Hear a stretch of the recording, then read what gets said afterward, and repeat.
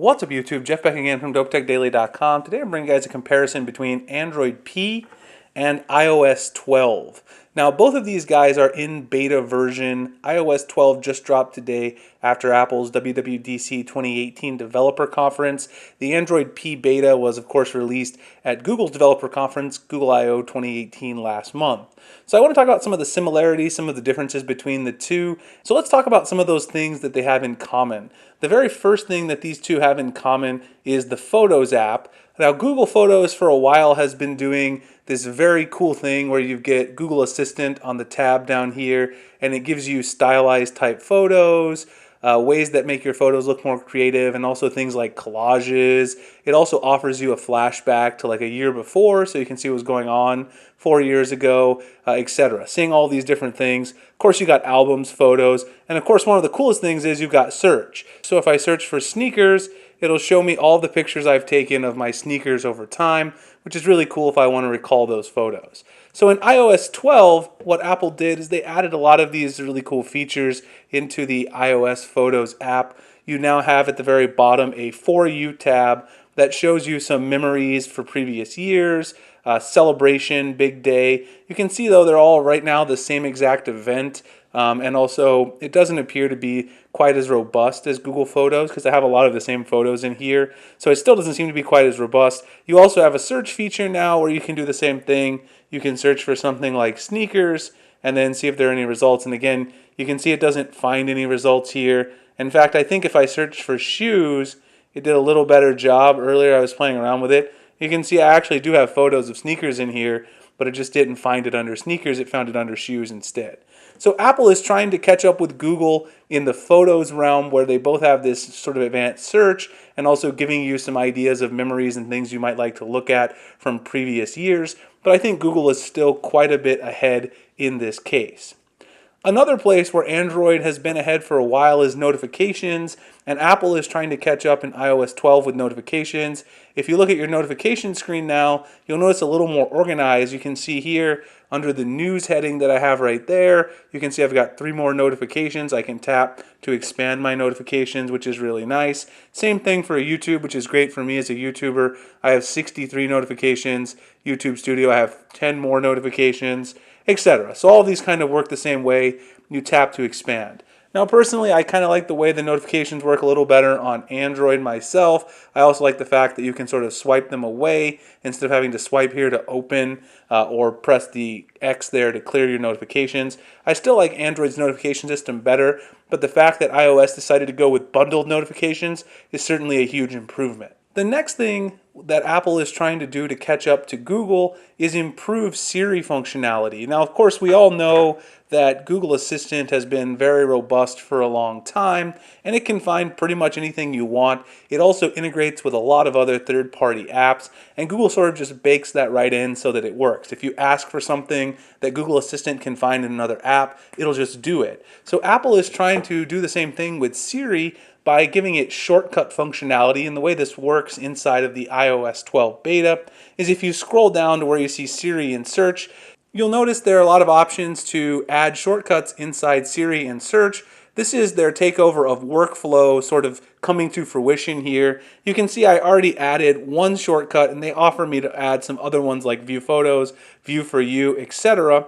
You can see under my shortcuts I added View for You. Basically, if I say View for You in Siri, it'll open up that page in Photos. View for You. And you can see it opens up the photo app and shows me the various memories and other photos that it has baked in for me. So obviously Apple wants to catch up to Google when it comes to Smart Assistant being able to link commands. I still don't think this is quite as good as what Google has, since it just automatically bakes in its functionality with other apps. You don't have to go in and actually program these shortcuts. It just works when you ask for something. Sometimes you'll ask Google Assistant for something and just be surprised with the work that it can give you. But Siri is certainly moving in the correct direction with shortcuts on iOS 12. The next common thread between iOS 12 and Android P was the announcement of tools to allow you to curb your smartphone use or at least manage them. Now, Google talked about their digital well-being application that'll let you view sort of the amount of time you spend on your smartphone. It'll also enable additional controls that allow you to grayscale out your screen at a certain time at night so that you don't have a colored screen. You also don't get any more notifications. You can flip to mute your phone so that you don't get notifications, do not disturb mode. Unfortunately, that is not available in the first Android P beta, but it should be coming later this week in the beta 3 that we're going to see released sometime in the middle of June, and of course I'll have a review of that.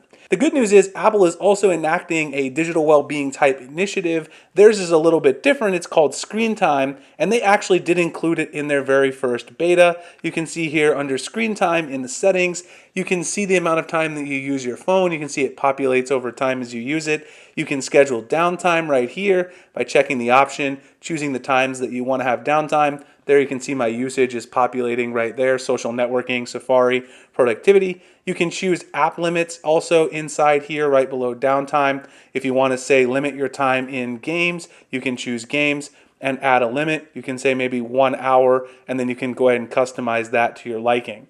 So it's a really nice tool. I don't know that adults are going to use this in the way that they sort of think, but it's certainly a nice tool, and also additional parental controls are allowing you to also control your kids' screen time, and I think that's a place where this will definitely be incredibly, incredibly valuable. The next thing is AR and ARKit. So Apple talked a lot today about iOS 12 and ARKit. Google talked about AR Core quite a bit at Google I/O and shared AR experiences. Once again, Apple is a little bit further ahead here in the implementation. They've added some pretty nice apps to iOS 12. One of those is the Measure app right here, which allows you to actually measure sort of objects in real time. You don't have to move around your iPhone to get some sense of the space in which it's in, and then basically you can touch to add a point and measure objects. So you add a point in space, and then you can measure an object from real life and then sort of insert that measurement into some app or into a messaging app, etc. So that's kind of a really nice application. They are also working on sharing AR experiences and also being able to play AR type games, like they should demonstrate a Lego game today at WWDC 2018, and that's really cool. I think Google is making progress here, but they're still a little further behind in the implementation for developers and the ease of implementation. We certainly haven't seen as many things with AR Core being directly implemented into Android P in that respect. Just to summarize a few of the things that Apple talked about today that are relevant to both, Apple is going to allow Waze and Google Maps integration, there's Waze right there, into CarPlay soon. Of course, Android has had Google Maps integration into Android Auto from the beginning because, of course, that's Google's default platform. You can also use Waze on Android Auto, and you've been able to for a while, but having more options for CarPlay, certainly great because Apple Maps isn't really the best overall. Also, in FaceTime, you're now going to be able to FaceTime up to a total of 32 individuals. Of course, as we know, Hangouts has had the ability to have group calls since the very beginning. Duo, of course, Google's other main messaging app, is mainly reserved for calls where you only want to have a one-on-one conversation with another person, but Hangouts has been able to handle that for a long time.